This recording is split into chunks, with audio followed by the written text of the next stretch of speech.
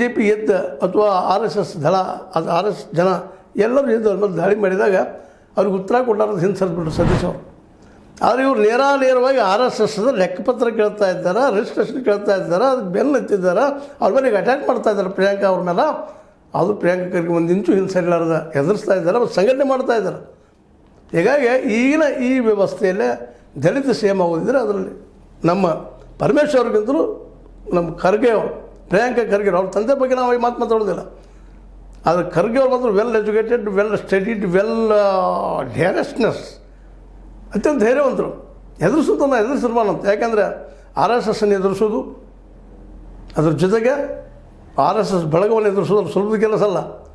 ನಿಜವಾಗಿಯೂ ದಲಿತರಿಗೆ ಇದ್ದಂತಹ ಒಂದು ಇವತ್ತಿನ ಕಾನೂನಾತ್ಮಕ ರಕ್ಷಣೆ ಅದಲ್ಲ, ಅದನ್ನು ಸರಿಯಾಗಿ ಉಪಯೋಗ ಮಾಡಿಕೊಂಡು ಇವತ್ತು ಖರ್ಗೆ ಅವರು ಇವತ್ತು ಆರ್ ಎಸ್ ಎಸ್ಸನ್ನು ಎದುರಿಸ್ತಾ ಇದ್ದಾರೆ. ಆರ್ ಎಸ್ ಎಸ್ ಅಂದರೆ ನೀವು ಹಗರ ಬಗರ ಯಾರೂ ತಿಳಿಬೇಕಾಗಿಲ್ಲ. ಸತೀಶ್ ಅವರು ಆ ಸಂದರ್ಭದಲ್ಲಿ ಹಿಂಸರಿದ್ರು ಮಾತಿನಿಂದ. ಅದು ನಿಜವಾಗಿಯೂ ಒಳ್ಳೆ ಮಾತು ಮಾತಾಡಿದ್ರು. ಆ ಮಾತು ಬೇರೆ. ಅದೇನೂ ಇರಲಿ, ದಲಿತ ಕಾರ್ಡ್ ಹಾಕಿದರೆ ಪ್ರಿಯಾಂಕಾ ಖರ್ಗೆ ಅವರು ಏಕದಮ್ ಮುಂದೆ ಬರೋ ಸಾಧ್ಯತೆಗಳಿದ್ದಾವೆ. ಹೀಗಾಗಿ ಈ ಸಂದರ್ಭದಲ್ಲಿ ಸಿದ್ದರಾಮಯ್ಯ ಇರಬೇಕು ಅನ್ನೋದು ಸಿದ್ದರಾಮಯ್ಯ ಬೆಂಬಲಿಗರ ಒತ್ತಡ.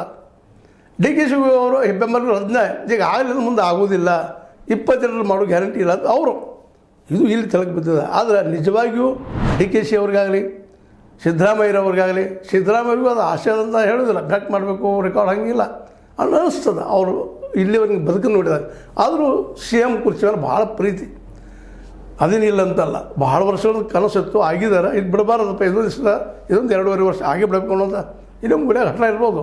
ಆಗಲಿ ಅದೇ ಕಾಲಕ್ಕೆ ಡಿ ಕೆ ಶಿ ಅವರು ಸೂಕ್ಷ್ಮವಾಗಿ ಹೇಳ್ತಾ ಇದ್ದಾರೆ ಏನಂತಂದ್ರೆ, ನನಗೇನು ಆತುರ ಇಲ್ಲ ಅನ್ನೋಂಥ ಮಾತಿಗೆ ಬಂದಾರ. ಅವ್ರಿಗೆ ಒಂದೇ ಬೇಕಾಗಿತ್ತು, 2028ರಲ್ಲಾದರೂ ನನ್ನನ್ನೇ ಸಿ ಎಮ್ ಅಂತ ನೀವು ಘೋಷಣೆ ಮಾಡ್ತೀರಾ ಅನ್ನುವಂಥ ಪ್ರಶ್ನೆ ಅದ.